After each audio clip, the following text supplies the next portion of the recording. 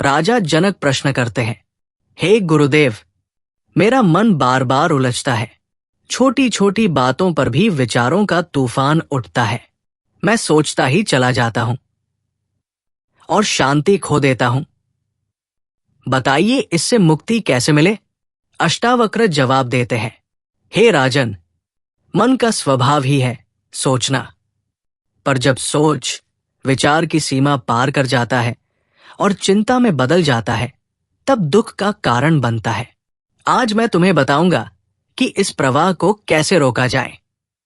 राजन, विचारों का तूफान तब उठता है जब मन अतीत में अटकता है या भविष्य में भागता है। अतीत की गलतियों को याद कर करके दुखी होना, भविष्य की अनजानी घटनाओं से डरना, यही सब दुखों का कारण है। बेकार के विचारों में न घिरने का एक ही उपाय है, वर्तमान में जीना। राजा जनक पूछते हैं, हाँ गुरुदेव, व्यक्ति बीती बातों को बार बार सोचता है और भविष्य की चिंता में वर्तमान खो देता है। हर इंसान इसी कारण परेशानियों का निवाला बनकर दुखों में जीवन काटता है। हे गुरुदेव, मुझे इसका समाधान बताइए। अष्टावक्र जवाब देते हैं, याद रखो राजन, अतीत जा चुका है, भविष्य अभी आया नहीं। सत्य केवल वर्तमान है। कल्पना करो, कोई व्यक्ति अपनी पीठ पर एक बेकार पत्थर का भारी बोझ उठाए चल रहा है। रास्ते में कोई कहे, ये पत्थर बेकार है, उतार दो, पर वो व्यक्ति बोझ उठाए ही चला जाए। क्या वह सुखी हो पाएगा? वो थक जाएगा। ठीक वैसे ही अतीत की बातें और भविष्य की चिंताएं मन पर बोझ है और बकार बोझ। यदि तुम उन्हें छोड़ दोगे तो हल्के हो जाओगे। विचारों की अति को रोकने के 4 उपाय हैं। पहला, साक्षी भाव। जब विचार आए तो उन्हें पकड़ो मत, बस देखो जैसे आकाश में बादल आते जाते हैं। तुम साक्षी हो, विचार नहीं।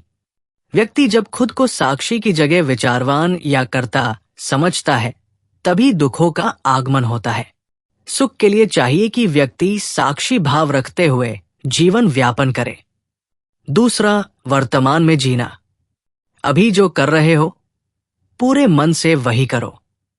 भोजन कर रहे हो तो केवल भोजन, चल रहे हो तो केवल चलना। ये साधना मन को शांत करती है। वैसे भी व्यक्ति ना अतीत को वापस ला सकता है और ना ही भविष्य में कर्म कर सकता है। तो ये सोच सिर्फ तब तक है जब तक तुम में मूर्खता विद्यमान है, क्योंकि ज्ञानी व्यक्ति भूत और भविष्य की चिंता छोड़ सदा वर्तमान में जीता है। अगर एक व्यक्ति अपनी मूर्खता के कारण भूत और भविष्य के विचारों में फंस गया है, तो उससे बाहर निकलने का सबसे पहला तरीका है अपनी मूर्खता को स्वीकार करना। वो व्यक्ति सदा मूर्ख रहेगा जो अपनी मूर्खता को स्वीकार नहीं कर सकता, क्योंकि स्वीकृति ही एक नई शुरुआत को जन्म देती है। तो हे राजन, सर्वप्रथम अपनी गलती को स्वीकार करो, फिर उसे सही करने का पर्यटन करो। सत्य का विचार करो। केवल सत्य का ज्ञान ही तुम्हें इस अज्ञानता से निकाल सकता है। तीसरा, श्वास का अभ्यास। गहरी सांस लो और छोड़ो। मन तुरंत वर्तमान में टिक जाता है। जब विचार बहुत बढ़ जाए तो गहरी श्वास लो और मन को हर बात से हटाकर अपनी श्वासों पर लगा दो। राजन, आंखें बंद करो, गहरी सांस लो और छोड़ो। अपने विचारों को आते जाते देखो। न रोकना है, न पकड़ना है, बस देखना है। अब भीतर के मौन को सुनो। यही मौन तुम्हारी सच्ची शक्ति है।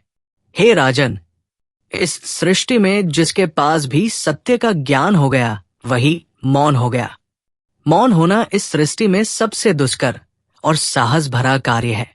सिर्फ ज्ञान से भरे आत्मसंतुष्ट और बलवान ही मौन को धारण कर सकते हैं, क्योंकि किसी भी तरह की कमजोरी अगर व्यक्ति के पास है तो वो व्यक्ति को शांत नहीं रहने देगी। इसलिए हे राजन, सबसे पहले ज्ञान का अमृत पियो और शारीरिक, मानसिक और आध्यात्मिक रूप से बलवान होकर अपने श्वास पर ध्यान केंद्रित करके मौन व्रत धारण कर लो। मौन का ये अर्थ नहीं कि तुम कुछ बोलो ही ना। मौन का अर्थ है सिर्फ उतना ही, वक्तव्य जितना आवश्यक है। इस संसार में किसी भी चीज पर निषेध नहीं बल्कि अंकुश लगाना सबसे दुष्कर कार्य है। जैसे अगर किसी की जिह्वा कट जाए और वैद्य उसे बोलने से मना कर दे तो ये निषेध मौन कदापि नहीं। वही अगर एक व्यक्ति अच्छे से बोल सकता है लेकिन अध्यात्म की समझ के चलते वो स्वयं मौन धारण कर लेता है, यानी कि समझ लेता है कि किस परिस्थिति में बोलना है और कब नहीं, तो वो सच्चा मौनी है। चौथा, आत्मस्मरण। खुद से पूछो, मैं कौन हूं? क्या मैं ये विचार हूं? नहीं, मैं तो शुद्ध आत्मा हूं, अचल, शांत, अनंत। जब ये ज्ञान हो जाता है कि मैं सच्चिदानंद स्वरूप आत्मा हूं, तब जीवन की कोई आसक्ति शेष नहीं रहती और वहीं से सच्ची मुक्ति की शुरुआत होती है। वास्तव में आत्मा शुद्ध, अचल और सर्वव्यापक है। वो सदा मुक्त है, केवल तब तक है जब तक मैं विचारों को अपना मानता हूं। जब मैं साक्षी बनता हूं तो विचार अपने आप शांत हो जाते हैं। विचार नदी की धारा है और तुम उसके किनारे बैठा साक्षी हो। नदी बहेगी पर साक्षी शांत रहेगा। बेकार के विचारों को कम करने का मार्ग बाहर नहीं, भीतर है। साक्षी बनो, वर्तमान में रहो, श्वास से जुड़ो और आत्मा को जानो। तभी मिलेगी सच्ची आंतरिक शांति। हे राजन, विचारों पर विजय किसी युद्ध से नहीं मिलती बल्कि ज्ञान और जागरूकता से मिलती है। मन एक बालक के समान है, यदि उसे सही दिशा न दो तो वो इधर उधर भटकता रहेगा, पर यदि तुम उसे आत्मा की ओर मोड़ दो तो वही मन शांति का साधन बन जाएगा। याद रखो, जहां ध्यान जाता है वही ऊर्जा बहती है। यदि ध्यान विचारों पर है तो ऊर्जा चिंता बन जाएगी। यदि ध्यान आत्मा पर है तो वही ऊर्जा आनंद बन जाएगी। राजन, संसार के लोग बाहर के शोर को ही जीवन मानते हैं, परंतु ज्ञानी वही है जो भीतर के मौन को सुन ले। बाहर का शोर कभी समाप्त नहीं होगा, पर भीतर का मौन सदा उपलब्ध है।